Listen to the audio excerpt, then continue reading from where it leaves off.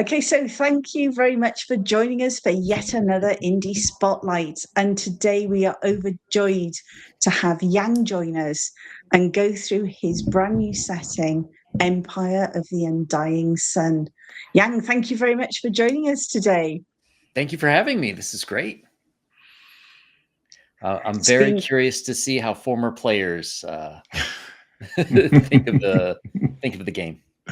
I have to say, when we played on your one shot, we both had an absolute blast. I think the most disappointing thing about it was the fact that it stopped.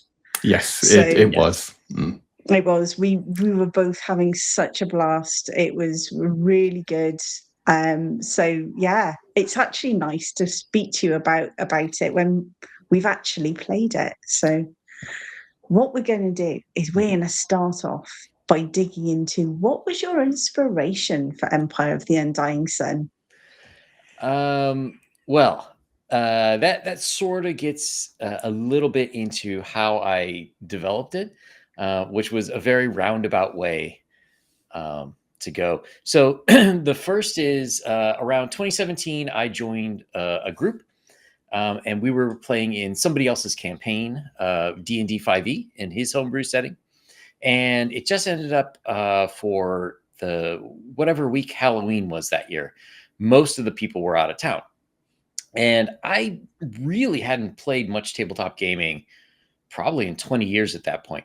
And I said, okay, since most people are gone, I'll do a one brew if, the people who were going to be in town, or a one shot, I should say, if they wanted to play. And they said, okay. And so I did kind of a haunted house story, and which became chapter 4 in Empire of the Undying Sun. And so it seemed like everybody who was there had a good time. But there were certain things that I hand waved. Like I had developed this thing where timing was important. And so I hadn't accounted for people wanting horses, and they were trying to steal horses. So I just said, well, there are no horses because a couple of months ago, almost all the horses in South Bay were viciously disemboweled. You guys remember that. And they're like, what? And so we just kind of, and they were like, oh, well, I guess there's no horses. And then it continued on, for a one shot, I don't mind doing that. Yeah. But then also they were after this device, an ingot of a pearlescent black metal. And it's really a MacGuffin at that point, whatever. So they go into what turns out to be a wizard's home. And all sorts of shenanigans ensue, and they make it out. But in the weeks after that, they were like, well, what exactly happened with the horses? Why do we need to get the black metal? What was that for? And they kept asking questions about it. So I thought, like, oh, okay, well, if something that was meant to be very disposable was somehow interesting, maybe I should continue on with this. And at that time, I was actually starting to write a comic book. And I thought, oh, well, this would be a great setting for a comic. And I didn't really think about, tabletop gaming anymore about it. But then after a while, I said, I needed a Bible because, like, okay, what's the name of this river? What's the name of this little village? And it was getting too much to keep track of for the comic. So I said, okay, I got to write it down. And then I said, well, I'm writing this Bible. I just give them some stats. It'll be easy to throw together a campaign guide. And then, like 5 years later, I got around to doing a Kickstarter for it. It ended up being a lot more work than I had anticipated, but it's a lot of fun. If that answers your question. So it does. It kind of, and as I was doing the comic, there were, so like, for example, with the horses, I said, well, like, okay, well, I need a backstory for that. And there was a creature that was summoned that shouldn't have been there. And it went around disemboweling animals in the countryside, working its way that it would start to kill humans soon. And so that became chapter 2. And so each step of like filling in the backstory for why things were became like its own adventure, or a mark on the timeline, that then, if the DM was like, I don't really like any of these events, they can make their own events, make their own campaign out of the setting and out of the history and the lore that's already there. So there's got enough flexibility to weave in and out of your different sort of things you've got in your timeline, but what you've got is a really nice timeline structure so that the GM can sort of make it their own, but it's still got that sort of context for them. Yeah. So when I started, it was a lot of it was, well, there was also another part in working on it when a lot of this happened like just when COVID started. Like right before that, that other campaign that I was playing in, we were still playing, and the guy who was running it, he's like, I'm burned out. I need a couple months off. And I said, oh, that's great. I have some adventures we can fill in until you're ready to come back. So we started playing at the table at first, and then COVID happened, and we took a little time off, and then we picked up. And so to some extent, like I had my theory is, as an author, you should be writing in things that give players and DMs the opportunity to do really cool things and have cool adventures that they would want to play in. Right? Like, so there's always a carrot and a stick, and if it's like too much on rails, you run the risk of too much stick. Whereas, like, if something just sounds awesome and people want to do that, it's, you can easily make a timeline like that. So that was sort of my idea, is start that way. And then as I was writing it and as I was doing revisions, I was encountering more and more people, especially on the internet, who said, oh no, we like total sandbox. So I said, okay, well, could this be played as a total sandbox? And I came to the conclusion, yes. So the events that are depicted in the timeline, in the adventures, those happen, but it's not necessarily your player's adventuring party that does it. And my analogy for it is like World War II, where you could start out as like a French partisan who maybe you have to smuggle a scientist out of Germany or something, right? Well, if you have to go into Germany before D-Day, there's going to be a lot of Germans. It's going to be bad. But when D-Day happens, maybe all the Germans have rushed to the front, and all of a sudden it becomes much easier. Or the other way, nice. You got to bring him back out, and like, oh no, now we have to go through 3 German battalions. So I personally don't like game settings where it's 100% driven by players, because the world doesn't feel alive, right? Like, everybody's happy in the kingdom until the players show up and all of a sudden, like, goblins invade.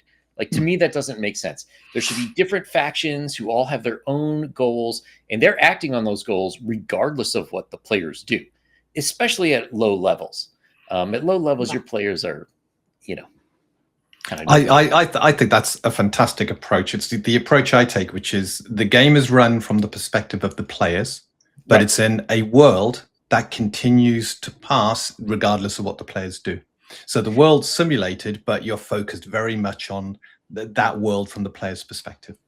Yeah, absolutely. And, for me, sort of the older D&D view where, well, Gary said, at level 1, your players are already heroes. This is a horror campaign, so your players are absolute nobodies.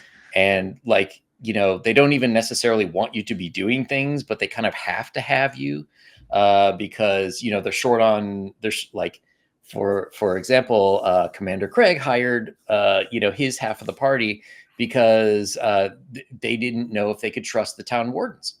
It's not that they wanted you there. It's just like, well, okay, we got to get some outside contractors. But as contractors are always mistaken, always. Exactly. But as the players and the parties make their reputations one way or another, they're affecting the world more, and then they influence what happens in the world more. And to me, that's the better trajectory for a game. I think that's nice because you've almost got sort of different rings. It's like an onion of Yes. So you've got the bit that the players can see that's immediately around them, but you've got your other layers of things that are happening, and that sort of goes on from there. So they've got an influence, and that influence will ripple out. But there could also be things happening here that they don't actually get to see right now. But as they do different things, they will intersect with that at some point. I like that approach. Absolutely. And it's intentionally kind of obfuscated to the players, like exactly what effects they're having at the beginning. Like for at least the first 3 chapters, players are often like, okay, this is kind of like a normal-ish D&D campaign. But later on, they can see like, oh my gosh, all this stuff we did here is bad. There's a chapter So later. there's always consequences, is there? There's consequences to decisions. Absolutely. Like there's some chapters later on where theoretically they're going to end up in the empire of the Undying Sun, which politically is already very unstable. And it's like Europe 1914, and your players in one way or another commit an action that is the effect of like the assassination of Archduke Ferdinand. Where like you're just killing one guy, and then like by the end of the next chapter, the whole empire is in total chaos and civil war, and it's like, oops, But they're helping some faction or another. That sounds, I must admit, that just sounds interesting. And I like the fact that, the whole world is moving towards something and they actually have a pivotal sort of impact on that, be it for good or ill. So I really, really like that approach. When we played it as 5e. Yes. How did you find sort of building what you did around sort of 5e? What sort of things were you challenged with? What did you have to change? What were the bits and pieces that you had to tweak to fit in with your setting? That's a good question. So the first thing was, when I started writing it, it wasn't, I didn't necessarily intend it to be a horror per se. There were just, like most D&D campaigns, there are some elements that fall into a horror category. But then people were telling me, oh, you can't do real horror in 5e. And I said, hold my beer. And I sort of reworked it and based it on a diagram of writing dread. But in terms of 5e, there are a number of changes. So one is, to me, okay, so when 5e first came out, they had a number of adventure modules, which I thought were very good. You had the Ravenloft one, Tomb of Annihilation. I think Yawning Portal was good. Salt Marsh had some decent adventures, but these were all basically reworkings of past adventures that had been very successful. But already at this point, Wizards of the Coast, their offerings were, I think I'll use the most insulting British phrase I can think of. They were weak tea. And they waved that tea bag over the top of them, and it was barely. It was weaker than my tea. That's weak. Yeah. So I thought like, okay, well, I want something that feels like you're playing D&D in 1980. I want that kind of like, oh my gosh, we could die at any moment type of feeling, and players really have to play more strategically than most 5e players do. So we definitely got that in the one shot. Yes, there was some fear there, some definite fear. Excellent. Yeah, your one shot was very interesting. and we'll circle back to that for sure. But so some of the rules had to be changed. One of them ended up being getting rid of death saves altogether. So at 0 HP, it ends, with the exception of the divine blessing mechanic, which is sort of another issue. One of it's reducing the amount of available player races. So in general, like there's no tieflings. Anything with fur on it is gone. No bird people. Now Yeah. I do have carve outs in there that I say, in the campaign guide, like if your players really want to do this, let them do it, but let it have real world consequences. So for example, in my first test group, two people who were friends of mine, they wanted to be tieflings. I said, oh, okay. So we made it, I told them very clearly, if people see you as a tiefling, they will think you are demons, and a mob will try to kill you. So we came up with a thing where they worshipped a certain god, and this god gave them amulets that disguised them as normal people, except the power did not work at dawn and dusk. So Nice. they had to keep that in mind. And a couple of times they got run out of town. So there was that. I There like that. there was another guy who wanted to be a minotaur, who's a friend of mine. He really, really wanted to try a minotaur. So I said, okay. So we had him start as a human, and then he gets changed into a minotaur. And then people wanted to eat him.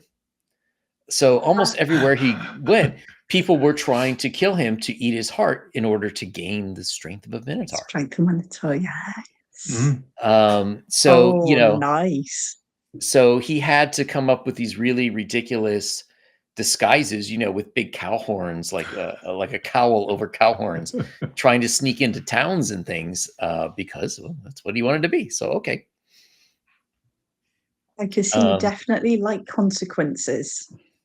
Well, I think that's it makes the games more fun. When everybody can do everything at any time, and you're not going to die because you have a bunch of death saving throws, and And a also revivify, and a this, and a that. Yeah. and you're going to get all your hit points back with a long rest, which of course your DM is definitely going to let you do. There's really no fear, no dread, no sickening feel of anticipation, which I think you really need for a good game. Oh, absolutely. So death saving throws are out. So that black lightning is kind of a scripted event, I'm guessing, or was that more something you did? Yes. So when that happens. Yeah, but now those characters may die, and new characters might be, they wouldn't have been cursed. They weren't there. Yeah. But there are other things. So I mentioned the ingot, which plays a central part in the story going forward from chapter 4. Anybody within 1 mile radius of that doesn't have death saves. So even that, when you travel places, like all of a sudden, like clerics are less effective in raising wealthy people, and sort of like death sort of follows you. It doesn't kill anybody, but there's like an air, a black cloud over wherever your party goes. I like what you've done here, Yang, in that you said the 5e rules. So any new player coming in, it's 5e. Mm-hmm. But then what they're subjected to becomes that is what causes the dread. And you're not changing the rules. It's the setting you've designed is geared up to bring them to the edge of death and to make them fearful of dying, which 5e typically doesn't. Absolutely. And then actually all I can get into it later, but all the changes I make are optional depending on the degree of difficulty that you want the game. So for example, another one that I changed is the way that dark vision works.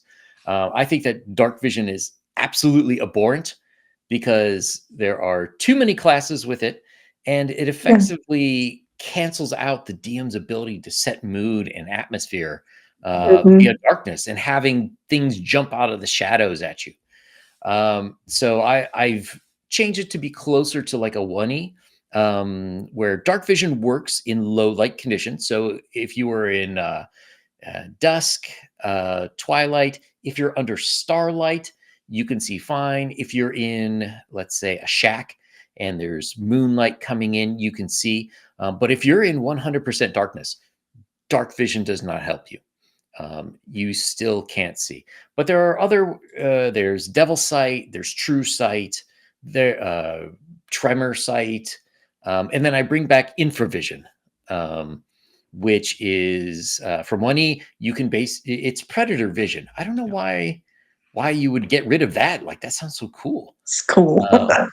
It was too easy to abuse back in the day because you could pick up the tracks that people left behind, the hot footprints that would take however long to fade. Yeah. So it was incredibly exploitable. You couldn't hide from it. It was just too powerful. Given that, I think the dwarf, the elf, halfling, or certain halflings had it. You had enough races that had it to cause problems, which is why I believe they toned it down. And I think in second edition they kind of removed the heat vision aspect of it. Yeah, to me I can definitely see where that would happen, but I think after 1986's Predator, who's not going to cover themselves in mud? Who's not going to do something to get around that? Oh, I remember the first time I had a character that had infravision, and I loved it because it is so incredibly powerful. So you've made some fundamental changes to how dark vision works. Is there anything else you changed? I have added rules to make grappling and wrestling more of a possibility. I don't know, like they have perfectly fine rules to grapple an opponent, but then it just stops there. And that's so weird for me because, you should be able to take that one further. And basically I have it. You do one more opposed strength check and after you grapple them, and then you can restrain them. So you put them in a full Nelson or hammerlock or something.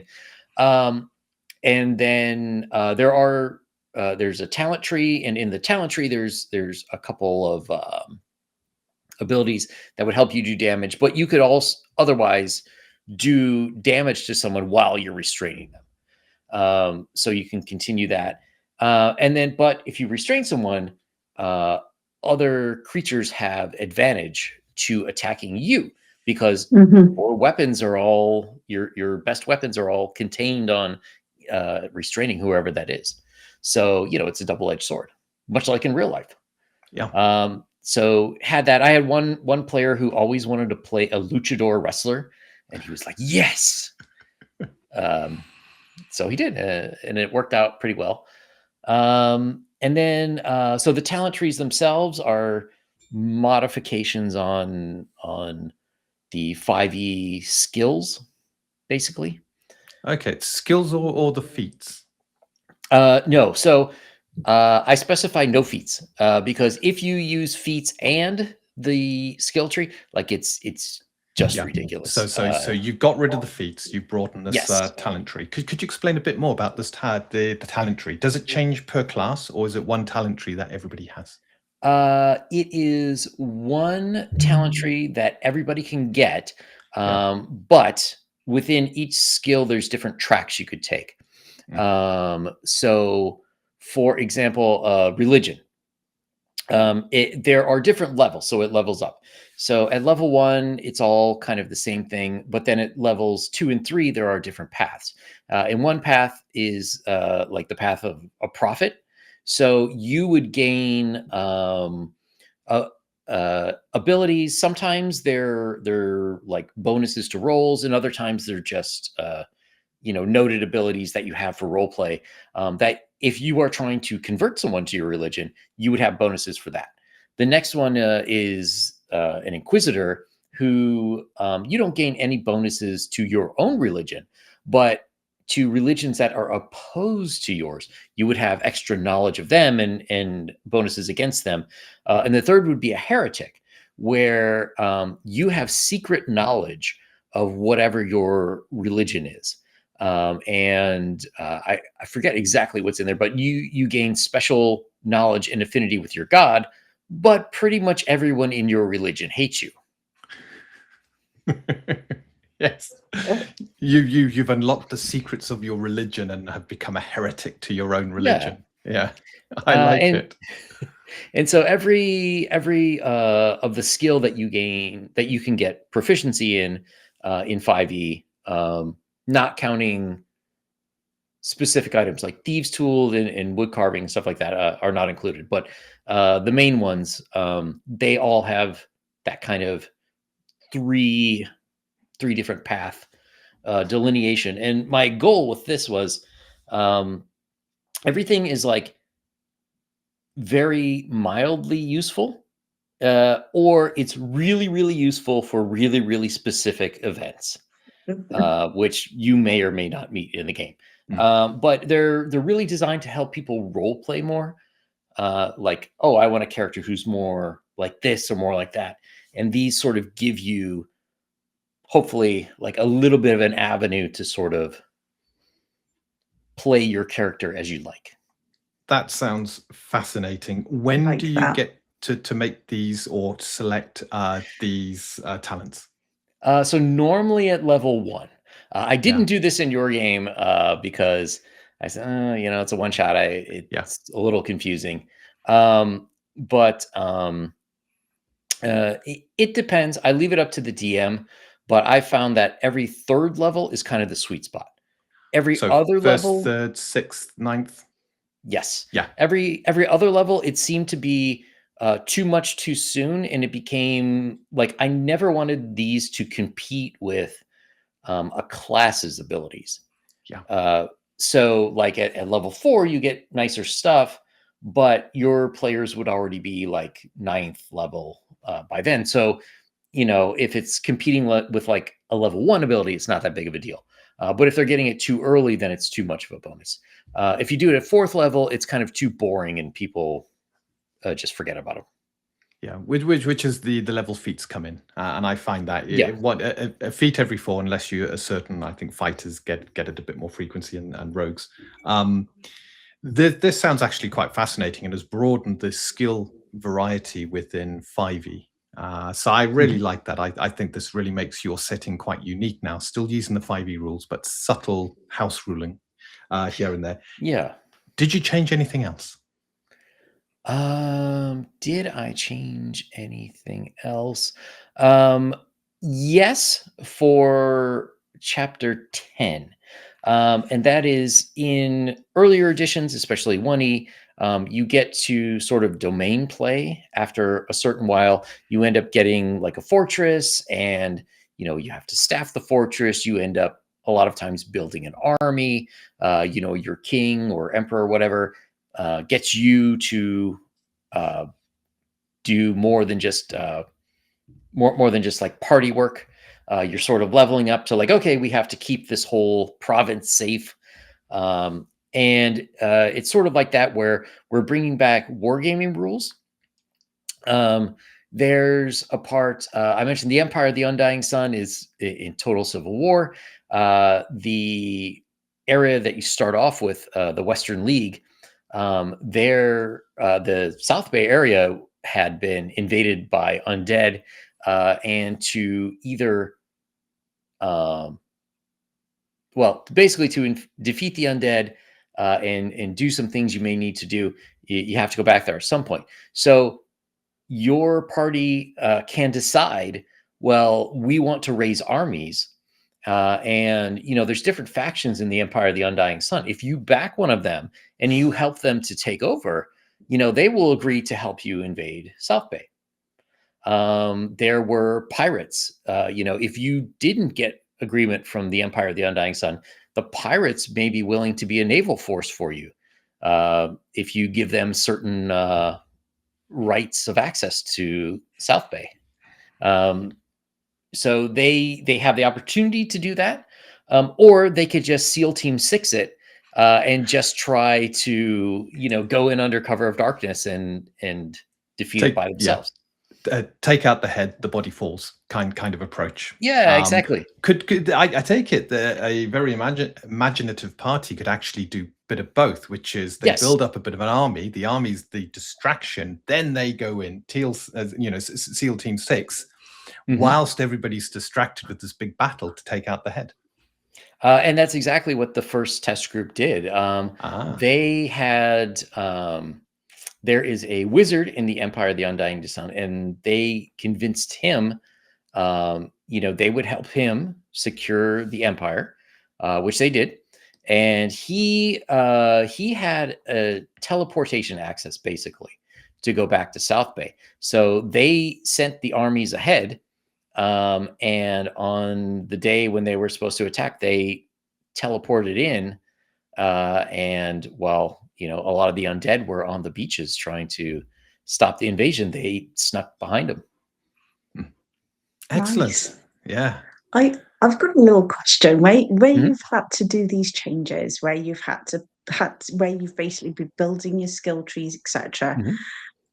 What were your challenges when you were trying to balance all of that, or at least what really caused you consternation as you were having to do this just to get it right? What were the things that really threw you for a bit?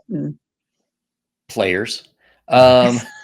Testing it out, because players will abuse anything they possibly can. So there's one, I think, that falls under athletics, where you can basically dual wield versatile weapons. Or you could single hand heavy weapons. And so for a while it was worded poorly. So people were trying to like dual wield great axes. And I'm like, I'm sorry, you cannot be doing 4d6 damage per round. That's entirely unfeasible.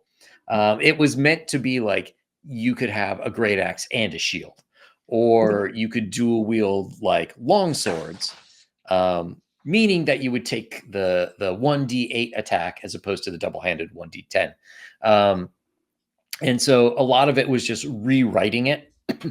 And some of it was things ended up being too powerful, especially for the levels that the players were at.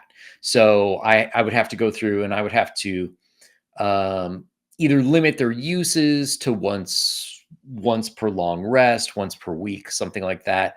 Or I would just have to like take it out and put it somewhere else. And sometimes you just say like, yeah, deal with it. Like there's one, I can't even remember the skill, where basically you can end up taking a resistance to a certain kind of damage. So anyone who knows barbarians, the totem barbarians, the bear totem. You get resistance to all damage except for psychic. Yeah. Well, if you took this skill, now you could get resistance to psychic as well. And at some point, you just have to say like, okay, I'm fine with that.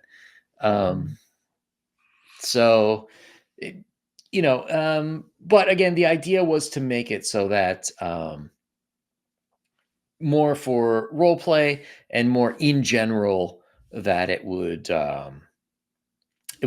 just be like a slight bonus. You can't fill in every crack. There will be something somebody will invent. And I say in the campaign guide, if it seems that something's not working for you, just change it. Yeah, and 5e is prone to, especially with multi-classing, these combinations come in that just create a powerful, I wouldn't say game breaking, but it just gives the DM a headache having to deal with it time and time again. Darkness and Devil's Sight being a classic. Teleport. You mentioned teleport. Do the players gain access to teleport-based spells? Well, luckily, I believe Teleportation Circle is a level 5 spell, which they don't get because this campaign only goes from levels 1 to 10. So they don't have access to it. There is also a change in, we'll say, standard D&D. There are different planes of existence. In this, they're all different parts of the world which are separated by magical barriers, which goes to the backstory of the world. At more than 100,000 years ago, there was a great battle where forces from the abyss beyond the stars, they came to the world to attack it. The gods and the peoples of the world at the time, they got together, they managed to defeat it.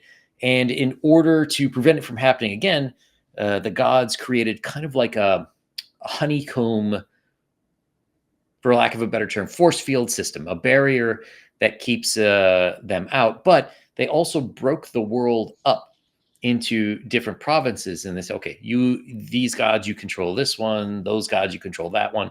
And it's meant that if somehow the barrier should fail in one, the others would continue on. And so those are how the planes function in this one.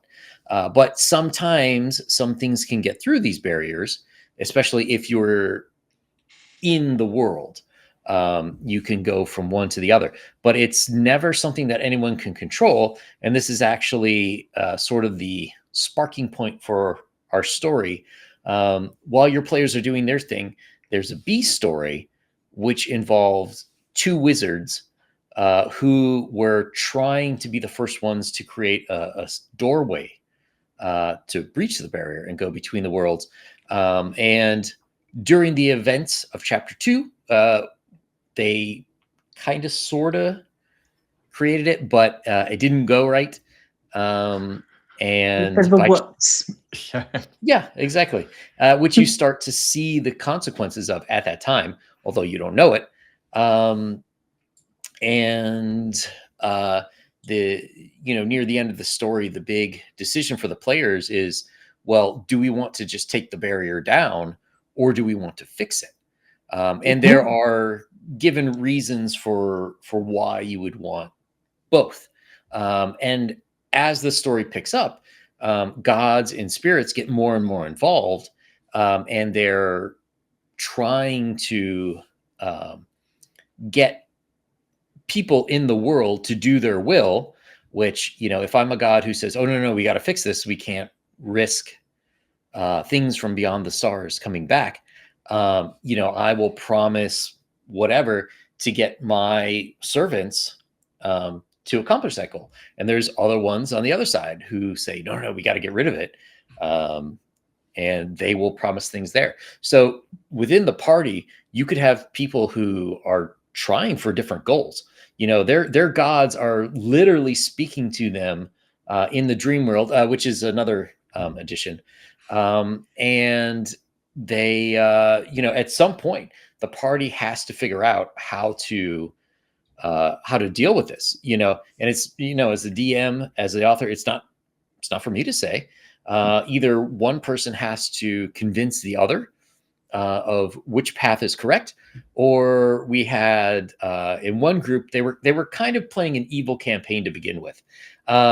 So one basically stole the item that they needed in order to open or close things, and he just disappeared like at the last session.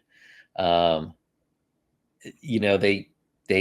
did their original goal with their choice, and then he's like, I'll take this, and then he ran off and was presumably opening portals in other places. So you hear a lot, I hear people a lot talk about what games really need is a way of doing social combat. And to me, I've always felt, well, that's exactly what your role playing is. You're role playing things out. Have you gone down the route of actually having a social combat framework, or are you about, well, no, that's role play and that's at the table? That's an interesting question. I don't know that most people really want social combat. I think I think that if you want that, it's fine. There's no specific system in Empire for it. I think it's more, you set people up with certain goals, and they're going in certain directions at the beginning of wherever they start in the campaign. But that doesn't mean they have to end up there. You know, you could have a cleric stop being a cleric. You could have a cleric decide like, no, my god isn't so awesome. I want to worship this other god. You know, anything could change. When people say they want sandbox, like to me, those are the kind of things that make a good sandbox.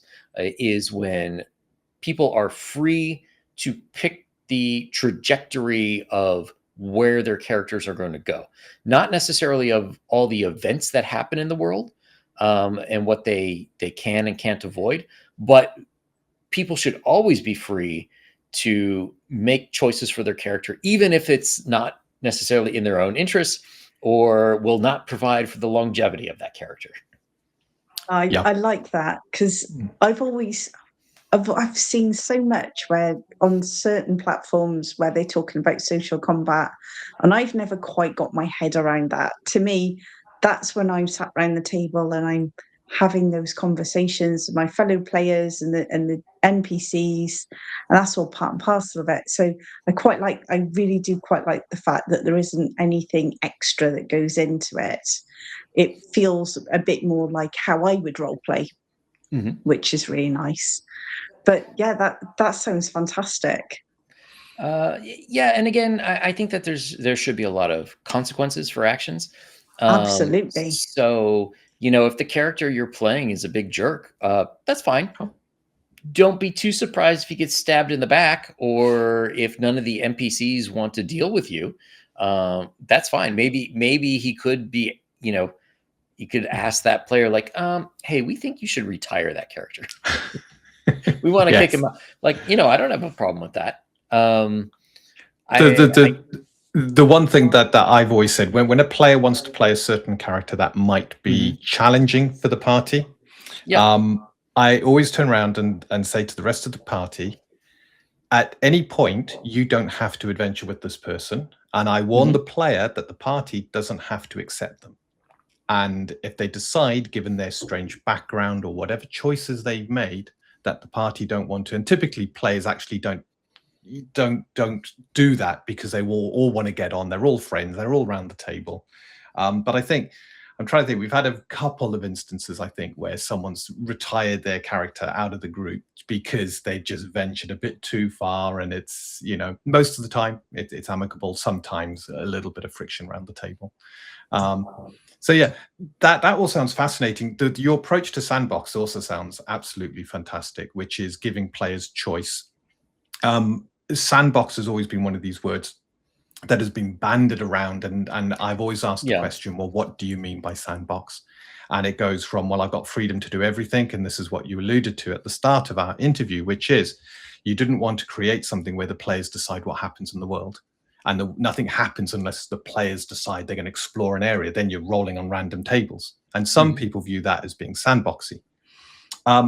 I think the best sandbox adventures I've ever done have been the points of interest adventures. So you've got this big playing pit. You've got this big playing pit, and you got these points of interest about the place, and it's up to the players as to how they tackle it, what they do, and then in the back of that, you've got events that tick up over time.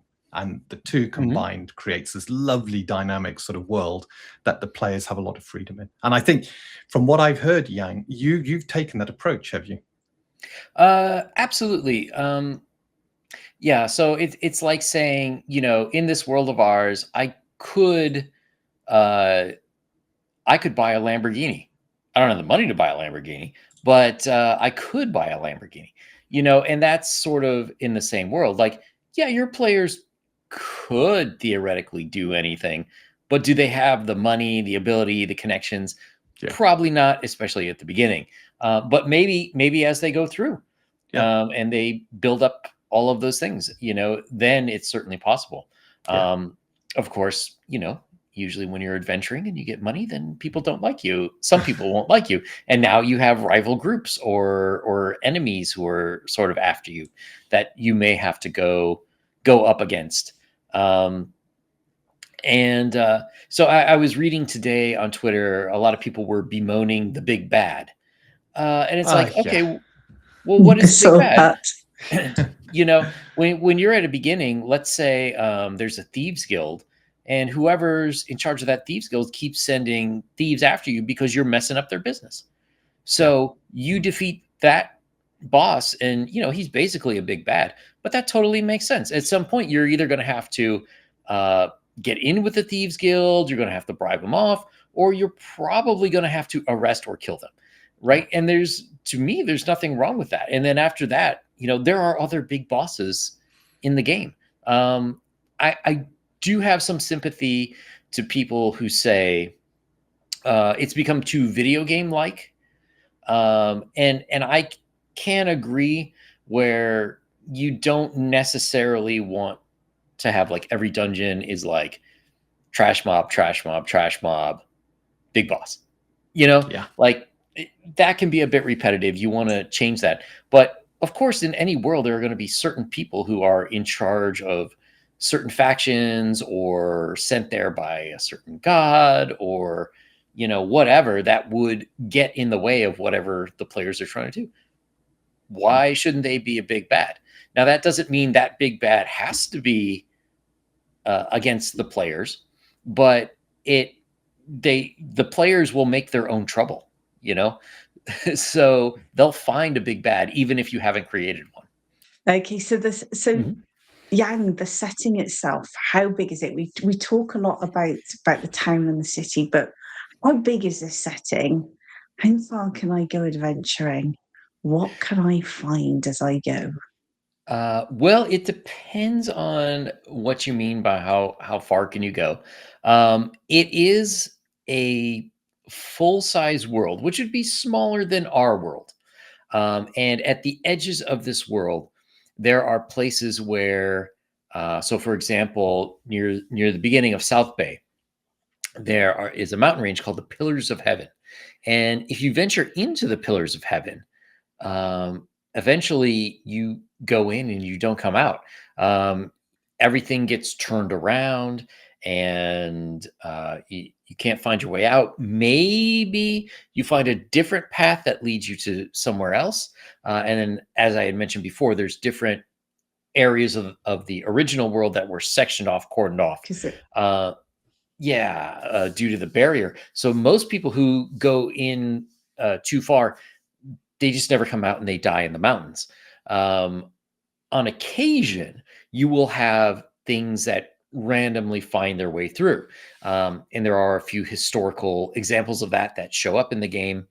There are legends near the beginning area of South Bay. There's elvish settlements, and there are ancient legends of the elves about giant monsters that would come out of the mountains. And then there's a swamp area called the Dark Heart of the Forest, where they would come out of there, and they have all these heroic tales of themselves defeating them. And then eventually, the big ones didn't come, and they were only small things, and it became sort of nothing. But everyone's got a legend of, their cousin was out in the woods drunk one night and they saw a goblin or something like that. So you have that in the Empire of the Undying Sun, all the way on another continent on the other side of the world. You walk into the desert and you go too far and you don't come back. The stars are different at night. You have no way to navigate, even though you think you're heading back west. Somehow you're not. So it has quite a large setting. The main settings for this campaign guide are South Bay and the area around it, which is heavily wooded, a bit of swamp. It is sort of based on like old American horror stories, which were more like New England horror. There's something dark and evil in the woods that you can't explain. More ghost story type of stuff that takes place there, although it mostly foreshadows what's going to come later. We have oceans where there's swashbuckling pirate adventures. There are also some legends of things like the Island of Women, where you Well, know, you do want to go there. They'll nag you. See, I made that mistake. I made that mistake during one of my test groups, and They'll that's make you why put your the bins Isle, out. Yeah. the Isle of Women is going to be one of the modules that you could buy with it. And it was meant to be sort of like, in ancient Greek lore, you hear the sirens and then the boats crash and you never come back. But everyone was like, yeah, I want to go see the Island of Women, which, I should have known my audience. You should have known. So there are some, most of the world does not have overtly magical creatures. They're very much legends, and the Isle of Women is like that. It seems to move around the ocean. There's magics going on, and you don't come back usually, which is different from the other places you don't come back from. This one, Yeah, that's because the Isle of Women lure you in. You think you're in for a good time, and before you know it, you're putting the bins out, you're doing the chores. There's pickle no jar. snoo for you. That's right. No That's right. So there's things like that. There's an angler fish that will that can destroy ships, and it's prowling the ocean, often attracted to magic. So there's all sorts of good stuff there. And then the Empire of the Undying Sun is sort of based on Aztecs and Mayan and ancient Egyptian culture, mixed with a little bit Ottoman Empire. And it's mostly desert with one great river that runs through it. And on both sides of the river are lush jungle forest teeming with deadly animals. And then the deserts have their own animals and ghosts of the past. Ooh, it all sounds incredibly intriguing. And you've mentioned something there, which is, I mean, your setting is effectively size of Earth, possibly smaller. But you talked about a module that would cover the Island of Women. So does that mean whilst you got basic information about your entire world, the book focuses on some areas and then modules will cover the rest? Yes. So one of the differences between Empire and most other modules is Empire is not only based on locales, but is based on a calendar where at different times, different events that your players do not control will happen. And so maybe your players are not, because they want to go somewhere else, they're not in the right place for that event. Okay, well, they don't take part in that. But with the modules, you can fill in other gaps. And in the first set of 13 modules, I'm writing about half. There's other guest writers who are writing about half, and it's meant to fill it out. So between chapters 1 and 2, 2 and 3, and 3 and 4, there's a 2 to 3 month gap between each of those. So what are your players doing? So you could just say, all right, what'd you do for 2 months? And then you just pick up with the second part of the adventure. On the other hand, you could use that time to have them go on other adventures that more aligned to some of their backstories, to fill in with some of the characters that they meet during the adventures, because it's intentionally designed that some of them, like for example, you guys met Oak and Birch in there, and he doesn't really show up too much more, but he has a purpose, and so there will be an adventure based on him, and his role and what exactly was he doing there. So if your players are like, screw that little guy, you can continue on because there's a place to go with it, or they drop off, whichever you prefer. But to me, that's an important thing to help the DM fill in a lot of these gaps. So it isn't just always, okay, random enemy this, random enemy that. Even if it's kind of random, it feels like it's progressing towards something. It's almost as if you've got your main storyline and you've got others that are weaving along the side, so you'll touch the different NPCs at different periods if you choose to do so. So I quite like that sort of side quest Yeah, That's quite nice. it's quite interesting, but and this brings me on to how do you allocate experience so that these side bits don't suddenly overlevel the party and make them too powerful for what's going on? So Empire of the Undying Sun is in no way, shape, or form designed to be balanced in terms of the number of monsters that you kill to get XP to advance to the next level. It is meant to be milestone leveling. And let me defend milestone leveling for a second. Most people's objection with it is that, like we were talking about, the big boss character is like a video game. Like you're on a certain quest and you beat the boss and then you level up. To me, that is not particularly satisfying. In Empire, it's by the end of the adventure that you were on, had you finished it, you should have done enough fighting and other things which could award you XP to go up to level 2. So it's said, at the end of this first one, you're 2. Now, traditionally, level 1 in all D&D versions is a very short level. You want it to be short with just a little bit of XP, whether you do it by gold or killing or whatever. So in the chapters, at the end of each chapter, you should level up. It is up to the DM to provide enough adventure to make that seem reasonable. And if, with the exceptions of chapters 4 and 5, if between 2 and 3 you say, well, okay, that wasn't quite enough, don't let them level up, but have them do some more secondary quests. Everybody wants their character to have some sort of a backstory or a shining moment. Yeah, their shining moment. And then there's other things, like eventually I want to do modules for for paladins when you take your oath. Like that should be a huge thing. And it shouldn't just be like, okay, I'm going to take my oath. No, you should have to go on a quest and achieve something to prove to your god that you are worthy of becoming their paladin. And same thing with the I was going to say hunter, but the ranger.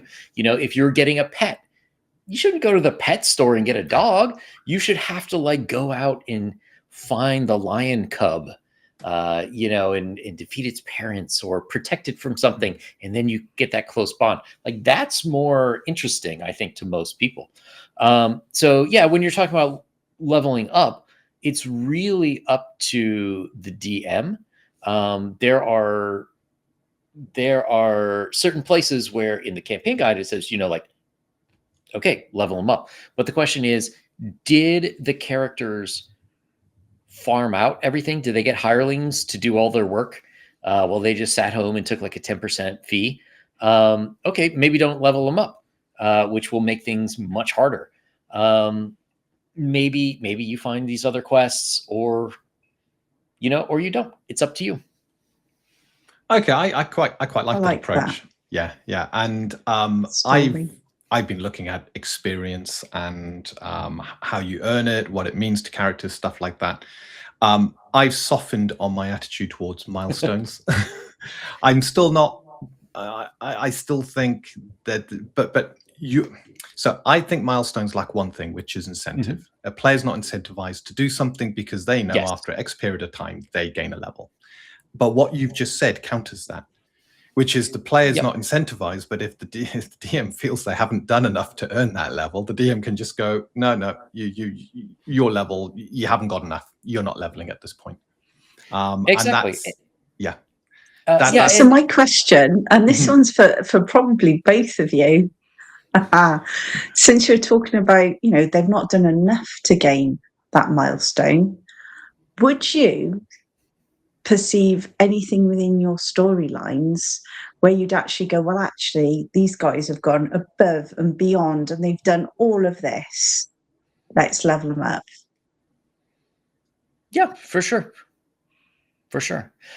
So, if you look at classically, the problem. So originally it was gold for XP, right? which is great, except you do have the problem of, like, what if my character's really nice and he's giving you all the good treasure, and then you're leveling up more, and I'm not. So I've experienced that in games. And then there's the classic kill the monster, get XP, but that's how you get murder hobos, and nobody likes that. So, some combination of, okay, killing monsters, but also doing things which are in line with whatever the character should be. If you're a cleric and let's say of some god that is good, and you spend your downtime healing people and performing funerals or weddings, that 100% to me should warrant XP. But if you're just doing by killing monsters, it doesn't.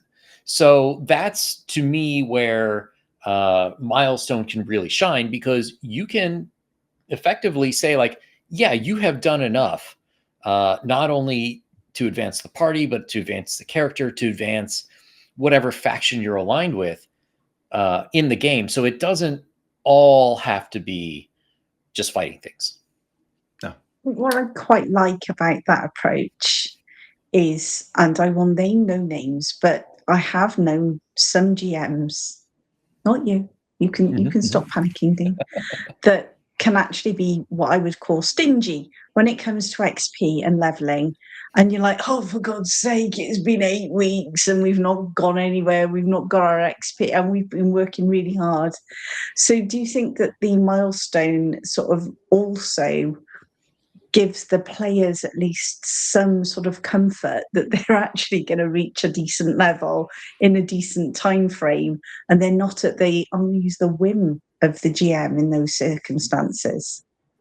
I think so. To me, the milestone is a guideline as opposed to necessarily a hard rule. And it also, it should prompt the DM to step in, and maybe, if there are no problems, make problems. Like, you're a cleric and the head of your order says, hey, we've had this problem. We need there's a possession over here, go take care of that. And as the DM, you can start throwing more and more things at them. And there's a lot of things to prompt action if the players are, for whatever reason, inactive. There are certain players who, unless you specifically tell them, go here and do this, they will do nothing. So I just don't get that. I just don't get it. I mean, I go and role play because I want to do stuff and I want to go out and adventure. So I do find the thought of just sat there, let's just put some food on the stove and just file my nails, doesn't quite gel. I want to go out, I want to hunt things down, I want to uncover mysteries. Yeah. Well, we've been covering a fantastic view of your world. We've covered leveling, which has been fantastic. We've done races. The one thing I haven't covered or asked you to cover is classes. Are all the classes allowed, or do you have changes or new classes or banned classes? Well, there is a new class, the empath. And the empath, so in general, in D&D, classes do not regenerate. That is one of the big no-nos. So, of course, I said, yes, the empath will regenerate. But they are sort of a non-magical based healing class. So a empath, like, let's say, I forget, what was the name of your thief, Dean? Oh, geez, I'm not too sure. I forget. Well, let's say he all of the age now where we forget everything if it's further than a week ago. Yeah. Yeah. But let's say he's damaged, and we're in battle. An empath could go and touch him, and the empath would restore lost hit points, but the empath would take that damage. So let's say you sort of transferal. Exactly. And there's sort of two paths they could go. One is heals and one is more offensive. And so for the heals, you start off with getting 1d4 hit points back per round. And later it levels up. So your heals, and then eventually you can take conditions from people. You can take poison condition, curses. If they're missing body parts, like if your thief loses an eye, I could touch him, his eye comes back, and my eye just turns to dust and fades away. And then eventually I would regrow that body part. So they can play in that way. And then in the other way is they can use the ability to take things in an offensive manner. So you could take an ability from a creature. So let's say you're fighting dire wolves. You can touch one and you could take pack tactics from that dire wolf. So it wouldn't have it, and you now have it. And eventually, it's not only taking, but you could copy. So let's say you have somebody in your party and you want to be able to copy one of their abilities without flat out taking it. You could do that. And then there's a bit of a matrix if the creature is based on the creature level. Like if they're under you, you can always take an ability, but if they're more than you, you run the risk of you now take their alignment. So let's say you're trying to steal the breath weapon from a dragon. Technically possible, but it might turn you from lawful good to chaotic evil. You're as an empath, you're almost taking in as part of the emotion of that creature, Yes. and you're not filtering it, and you become the psyche of that creature. Absolutely. Wow. Do you know, like that? I like the sound of this class, and it's a very nice twist on healing. They've almost got infinite healing.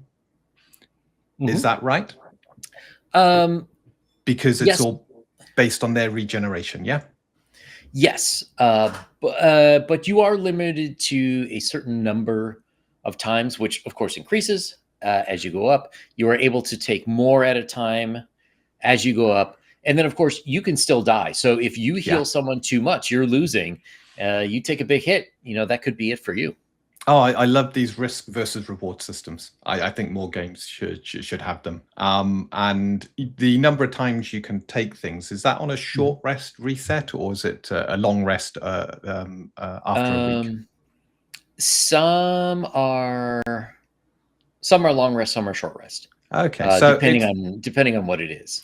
You're not going to be stepping too much on the toes of, say, a life cleric, because they'll have more burst healing without any consequences to them, but you have more versatile healing with this regen, and probably right. And also due to the story line of Empire, arcane magic is heavily disfavored in the world. In some places you will be killed for using it.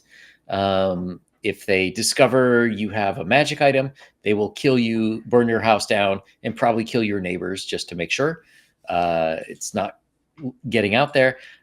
With divine magics, they don't go against the gods, but if you are using them in an unsavory way, people from your order or from some god opposed to you will come and find you.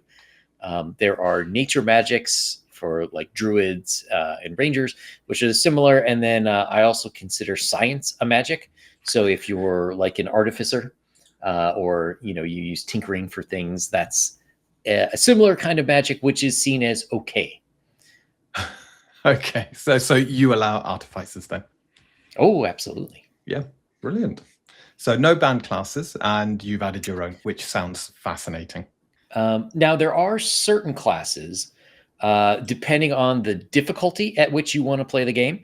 Like if you're playing at a harder difficulty, I recommend don't let people start as warlocks, because as I mentioned before, there are plenty gods and spirits who will try to influence the characters to do their will as the game goes on. So that's a perfect time to get warlock bonuses, right? So you actually multi-class part the way through into warlock because of the way you've been influenced. Yes. And same thing for paladin. I recommend have them start out as a cleric or a fighter, and then they could become a paladin if they're a fighter and they find religion, or if they're a cleric and they find that, oh no, I need to advance my God's will in a more martial way as opposed to a more spiritual way. So that's really interesting, and you'll notice that whenever I talk about it, I am an avid spellcaster. I think I played a spellcaster in your one shot. Yes. So when we're having a look, we've talked about the empath, which I think is actually a really interesting class. But with your other spellcasters, especially since you're having them hunted down, I mean, that's just not on. Well, potentially. Are there any sort of specific spells that you've come up with just for your setting? Are there any sort of unusual spells and or rituals or something like that that can be used? For sure. I have one that is there's magical paper that you can use to send messages. You write your message on the paper, it folds itself up into an origami bird, and it flies off. And then there's a speed factor. So, if you're on the other side of the country or the world, it's gonna take a while to get there. It's not instantaneous. I've been working on certain ones. There's at one point there is a mega dungeon, the Black Pyramid, which is sort of inside one of these barrier areas. And there are creatures that have wandered in from other parts of the world, and there's a goblin shaman there. He's got they've got some nice spells like let me see what we've got. Let me see, Spirit Knot, which he can, there's a lot of like life sharing where you would share a pool of hit points with a partner. Well, this one, they force you to share a pool with your partner. And every time you get hit, your partner takes the same amount of damage, but as psychic damage. There is Nasty. A curse of lost names, where they curse you, and then your character now has disadvantage on all spell attacks, and spell attacks against you ignore any sort of cover. Let me see. There's blood debt, where it forces a character to roll its next d20 with disadvantage. So there's a lot of fun little spells like that, and most of the sort of basic standard D&D creatures do not show up at all in the beginning, but they will show up later in I've modified them all so that they're more appropriate for like level 9, level 10 characters. Sounds really interesting. Those sort of little spells that are just real sort of twists on what you normally get. I always find it really good fun to have interesting spells, so I really like the look of those. Yeah, I do as well, but there are always those trouble spells, even in 5e, especially in 5e. Yes. Have you done anything to tone down divinations and instant communication? Depending on the difficulty of the game that you want to play, yes. So divination, generally, I would say don't do that, because there are other ways of divination in the game. So I mentioned before, there's a dream realm, Yes. where every time anyone goes to sleep, your mind automatically goes into the dream realm, and whatever happens. You wake up and you generally forget. But sometimes, you'll be talking to a friend and say, oh my gosh, we had the same dream. It's because in your dreams, one of you crossed over into the other person's dream. And should you know how to do it, in our world, we might call it lucid dreaming or something like that. But you can actually go on adventures. And in the dream realm, everyone in all of the different worlds are there. So you can potentially meet people who have died. You can meet gods. And in fact, that's one of the main way that gods contact you. And there are different things that can influence how much you remember. So there are certain magical items which you can have perfect recall. Gods can influence it so that you remember more of the dream, because obviously they want you to do certain things. And there are certain medicinal herbs which and drinks which may or may not promote you into going to a fast sleep or into remembering certain things. That is fascinating. So that when it comes to divinations, that's Mhm. the dream world is pretty much where your divinations come from. Is that right? Mostly, yeah. There are some other things, like, for example, when you make it to the Empire of the Undying Sun, uh, not long after you get there, there should be a tournament, the Drowning of the Sun tournament, and there are like 3 different events in this tournament. If you win an event, you get to ask a god a question, and the god of the empire is the Black Ram. And the Black Ram demands blood sacrifices. So they take slaves, put the slaves in a bronze ram statue, heat the statue, and as their Oh. screams go out, you hear the voice of the ram answering what question you want. So there are other ways of divination in the waking world. Yeah, but divination Particularly effectively. pleasant ones by the sounds Yeah, of it doesn't. They all have a price, and divination should always have a Mhm. price. And the divination you're Yes. getting should always be based on an entity that has better knowledge than you, but that Yes. knowledge could still be flawed. Absolutely. Yeah. So predicting the future or asking the question, augury was a classic. I mean, do you still Mhm. have augury? If it's like a simple thing, yes.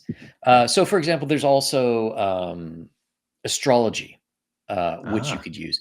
If you yeah. have knowledge of the stars, you can use it. There's actually one magical item where someone gets it, and it basically they touch something that they probably shouldn't have, and stars are burned into the palm of their hand. And if they ask a question, like concentrate on something they really want, the circle of stars on the palm of their hand will start to glow and rearrange themselves in the form of a constellation. So if you know like what the constellation stands for, you may get some answer based on the question, or if you're looking for a specific location, it will form the constellation, which is the direction that you need to travel for it. Okay. I like that. I like that approach, which is Nice. yeah. Yeah. I'm just Now, thinking, yeah. who's answering those questions? Yeah. That's a Yes. You different never issue. know. You ask the wrong entity for questions, and you'll probably be given answers that end you up in a lot of trouble, believing them to be true. Divination Absolutely. doesn't mean you're being told the truth. And I like that approach. Anything else on spells? There are a number of spells, of new spells. I haven't quite compiled everything yet, so I'm not quite sure how long the spell section would be. But I would imagine there's somewhere around at least 50 spells. Wow. Nice. Nice. You see, you've got me there. As soon as you get a decent volume of spells, that to me, there's nothing worse than playing a spellcaster and having lackluster, boring spells. Yeah, Yeah, I agree. I agree. Right. Spells are one thing, but what about the people who use armors and weapons? Any changes Mhm. there? Anything new? Changes, not so many changes to the fundamentals of it, but we do have some new items. The elves around South Bay, they are technologically unadvanced, so they have weapons like a Macweedle. Before the people from the Western League came, they didn't really have metalworking anymore. So they basically, it's a flat, like for you in the UK, a cricket bat, where on the edges are put obsidian glass. that is Ooh. razor sharp. So you swing it like a sword, but it's really a club. So we have that. In certain parts of the world, we have bolos, which are basically rocks tied to either end of a rope. And yeah. So we have stuff like that. We have the oh my gosh, I can't think of the name. The atlatl, which basically you're throwing spears, but you get some increased range out of it. Nice. So there's a little bit of optionality based on that, and I think I believe the boomerang is introduced at one point as well. Oh, fascinating. I take it with the bowlers, if you score a hit, does it automatically entangle the person? Or so just like a net. Brilliant. Brilliant. It's basically like a net, but with larger range. Yeah. Which is how I envisage something like that. It is effectively a net. You can spend an action to probably unravel your stealth, but you've stopped. You've been stopped at that point. It's a stopping weapon. Fantastic. Absolutely. And any special treatments on armor, or is it pretty much the standard armors?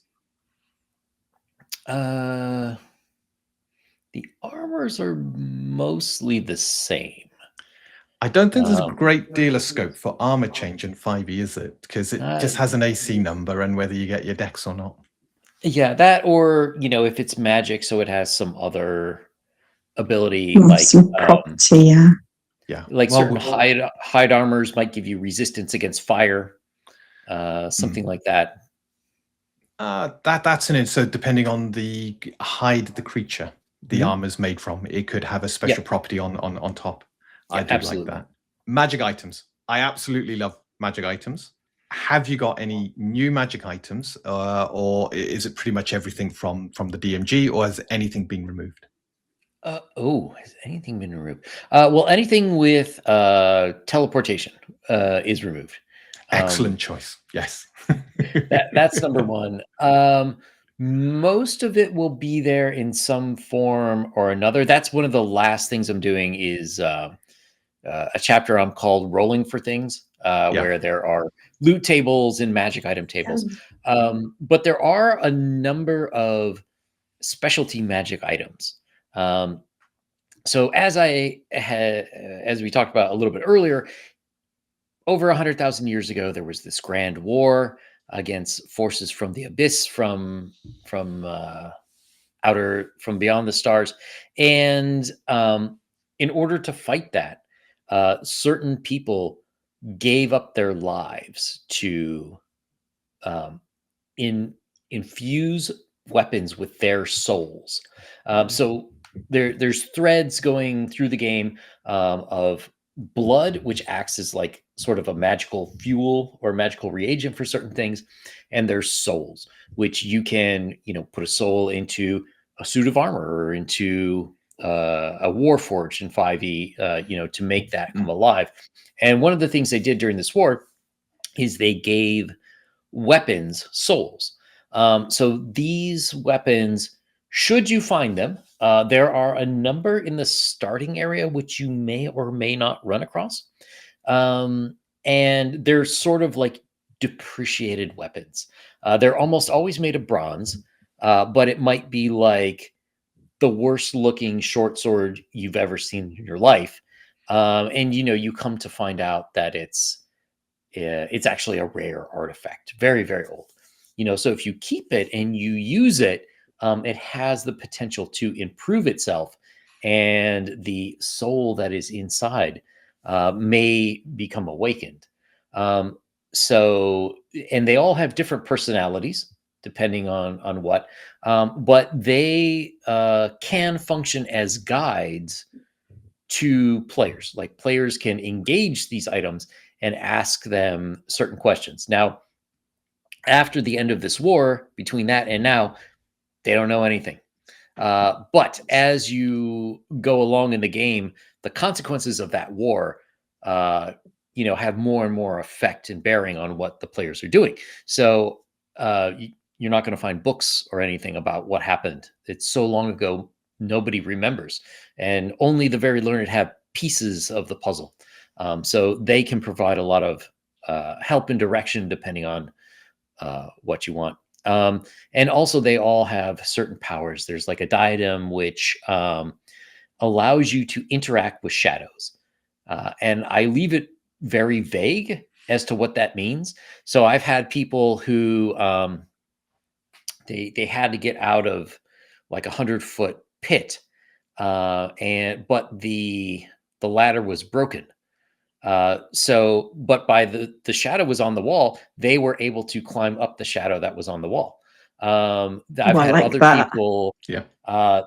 during combat, he would try to take out the legs of his opponent by like kicking its shadow's legs.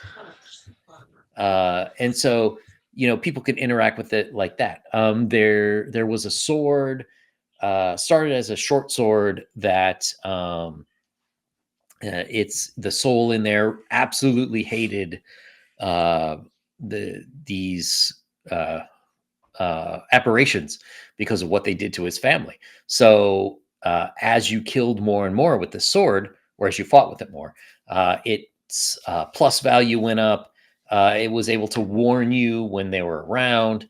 It was able to tell you if certain items were not from this world, if they were from one of the other areas of the world or from beyond the world. So there's a lot of utility in that. And the different items have different abilities, which can increase either with use or using them in certain ways, depending on the personality of the soul that's embodied within it. These sound absolutely fascinating, and by the sounds of it, that there's so much here that someone could run this adventure, say 3 or 4 times, and end up with very radically different items being discovered or being used, or based on what the party are doing and what's randomized. Yeah, absolutely.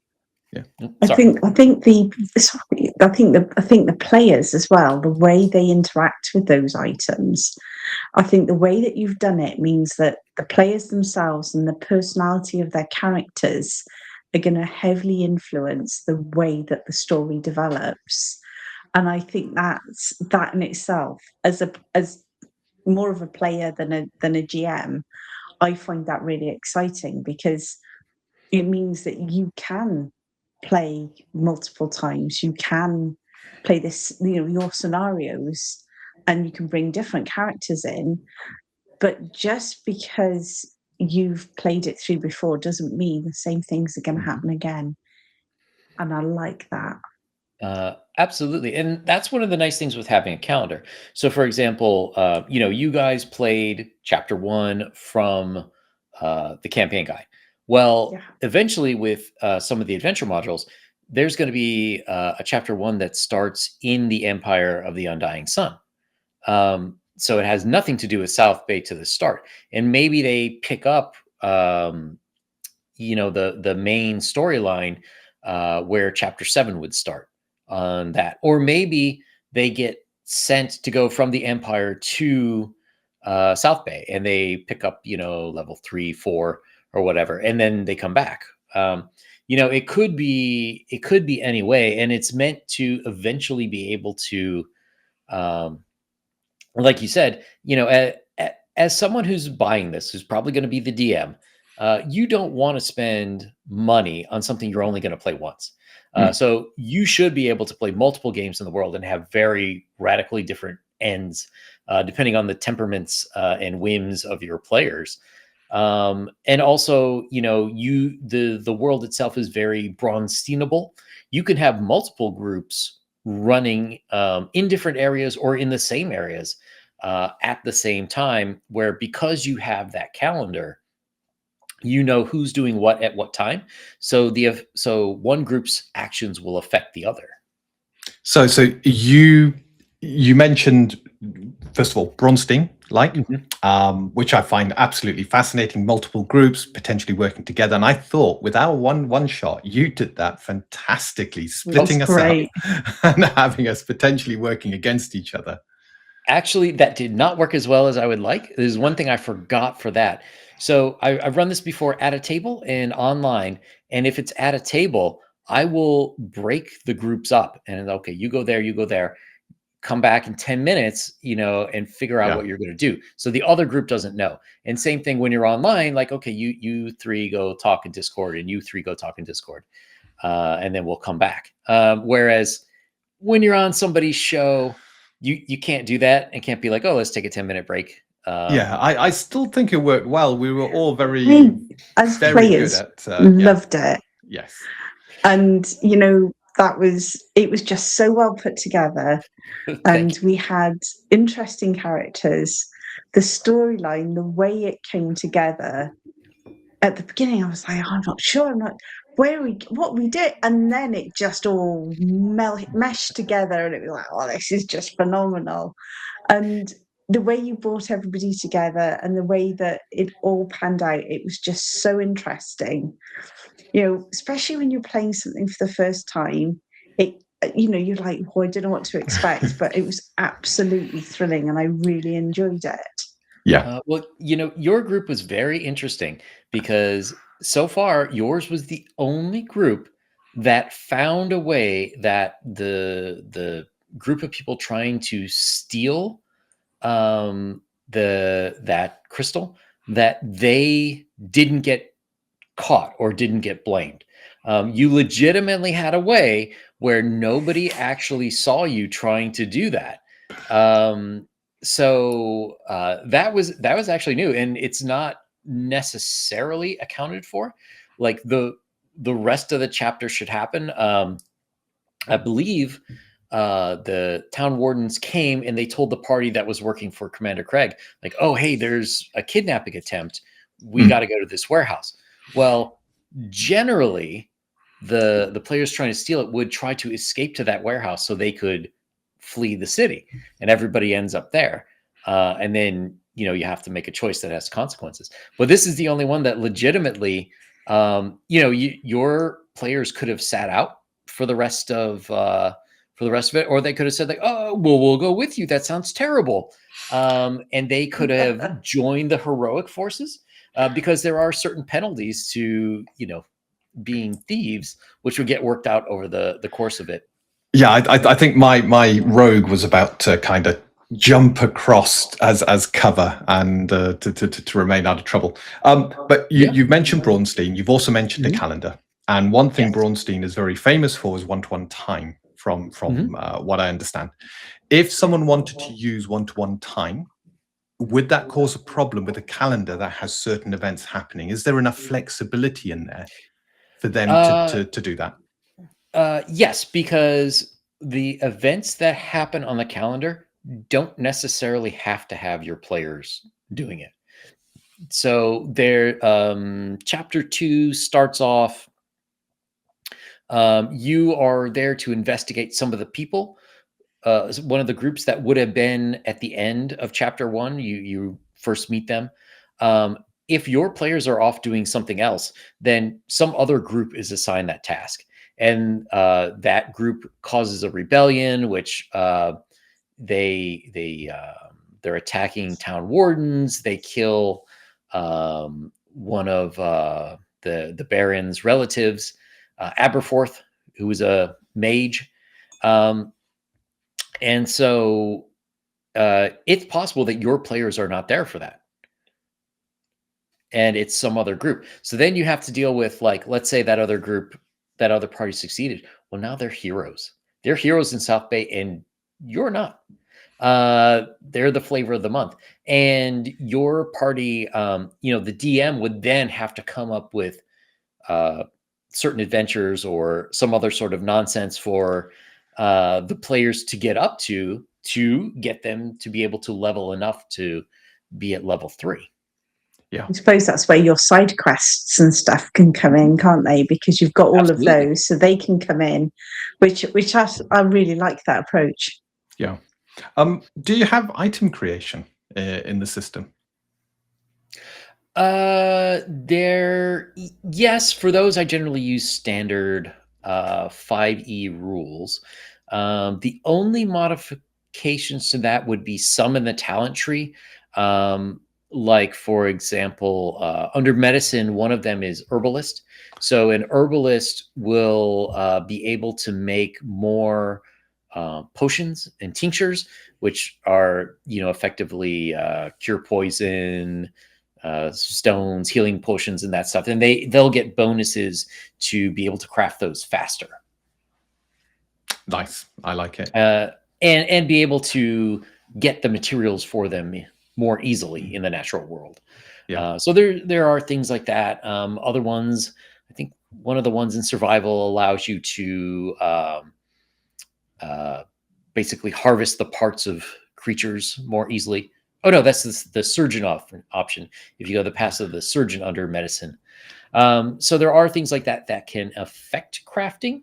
And there's other things like I've got one dwarf who's a brewer, and he's got the medicine skills. So he not only he combines his love of alcohol with healing, so he's able to combine those to do more. But I have not changed any of the specific fighting rules. Yes. Yeah, exactly. That sounds incredible. You've also mentioned there harvesting of creatures. So do you have rules for being able to extract usable resources from creatures you defeat? Nothing specifically. Like, there are certain creatures which will have it on their character sheets, like this part is good for such and such a thing. But in terms of actually cutting them out, usually it's just survival or medicine or whatever skill they want, or maybe even nature, whatever skill or class. Potentially a ranger would be able to do that a little better. So sort of standard rules to get them, but there are specific items for like specified, this part is good for that type of thing. So, okay, fantastic. And just doing some tips. We've moved nicely onto creatures. And without giving anything away, have you created creatures just for this setting? And if you have, how scary are they? There are many. So first of all, just to bring us back to the creation of it. At one point, I was done with a fair number of chapters, and I was just using standard monsters from various 5e books. And then the OGL happened, and I was like, son of a gun. And I said, okay, well, I'm going to go back and redo all the creatures. So Wizards can't say they own any of my creatures. So I went back and I redid them all. Some are very, very similar. Like a brown bear is basically a brown bear. Yeah. But there are a lot of spirits, haints, boogers, which operate a bit differently. There are, like I mentioned before, generally what are basic D&D monsters end up different. For example, goblins. You don't fight goblins one-on-one. You come across them in the Black Pyramid, and there are a lack of resources in the pyramid, so they become cannibalistic, and they swarm you. So you're not fighting one goblin, you're fighting a swarm of goblins that will try to devour you whole. That sounds painful. So a lot of the creatures, you may know them, and I try to give nods to what came before, and so it's not wholly foreign. However, a lot of them you will meet in new ways. There are also many aberrations and certain demons and whatnot that you will come across, which are definitely different from what we've seen before in Wizard of the Coast books. That's actually interesting, because if I think back to what you said about it all being one world, but you've got your barriers. Mm-hmm. Now, if I remember rightly, demons and devils are different. Yes. How does that work in your setting? So one of the areas that was cordoned off is basically just run by demons and devils who are fighting all the time, and you will have little pockets of survivors. Like some are tieflings, who, tieflings are technically like they have human blood, but also a mix. But there are some humans who are enslaved. There are other like dwarves or halflings or whatever. There are like small pockets of them, and maybe they've been trying to escape and they just happen to find their way over here. Others might be servants of these things that have fled. And generally demons and devils are locked in their own world, and they might be in the pyramid because they're seeking leverage against the others. They might be in the pyramid because they want to bring down the barriers. They're looking for a way to do that, so then they can get reinforcements from other areas. In general, one area of the world that's in their own honeycomb, they have no idea how things have developed in other places. In one of them, for sure, humans are like a fantasy race that are just absolutely the scariest monsters you could ever find. And some of that is like based on, if you look at Japanese history and what they thought of Westerners, like in the 1500s, it's kind of like that kind of stuff. So, they all have their own different cultures, even though you're technically the same race. Maybe you don't even speak the same language anymore. So there's a lot of that kind of stuff. And, can you form alliances with them? Do you need to go full murder hobo on every one of them that you find? But demons are often legends. And sort of just how I mentioned in that area, humans are humans and elves and whatnot. There's like small pockets of them who are trying to avoid being noticed. In the main world where we start off, there are certainly legends and stories of demons and devils. And maybe there's some truth to some of them. So you may run across some, but they are definitely very rare. And people believe that spirits and devils are common and that they'll come and get you, but no one's really seen one. That makes absolute sense. Thank you very much. Well, that has been absolutely that has been fascinating. It's, we obviously backed the Kickstarter, the 1E version, because I think the 1E version it's so lethal, that one dice roll for a horror setting. I think it would work really well. And we haven't got time to talk about the 1E. I hope we will get you back and potentially with Bill Dungeon Delver to talk about 1E, which I think will be fascinating, how that's being adapted to work with it. But what you have told us here, based on the one shot we did and everything you've described here, this is, if I was given the opportunity to play one campaign, I think it would be this. I would love to play in a campaign like this and to go through it, because my expectation would be, I might start with one character. If I'm lucky enough, I might finish with that character, but more than likely, probably not. And that's part of the game at that point, because you're watching a world unfold around you. You're watching events, and then you're just trying to almost keep your head above water, or affect the events that you can affect, hoping to survive.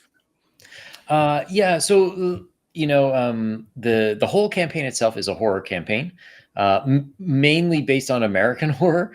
And one of the hallmarks of American horror is when you start off, think of any slasher movie.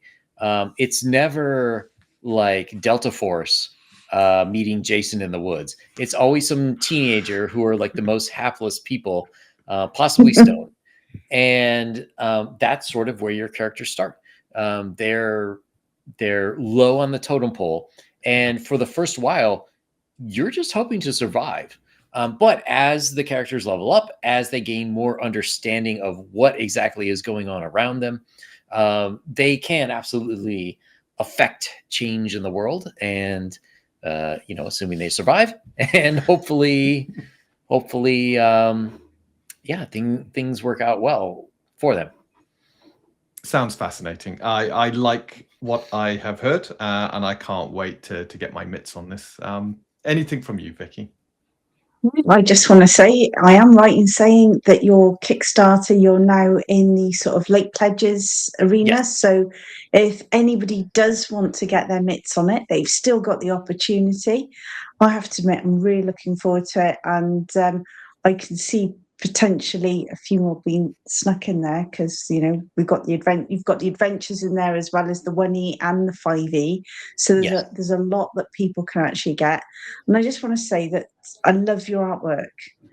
Thank you. You look at the cover, and the artwork's fantastic. It certainly shows that sort of horror, and I love the black and white style as well. I love sort of pen and ink style as it is, but I do think it really does convey your system very well.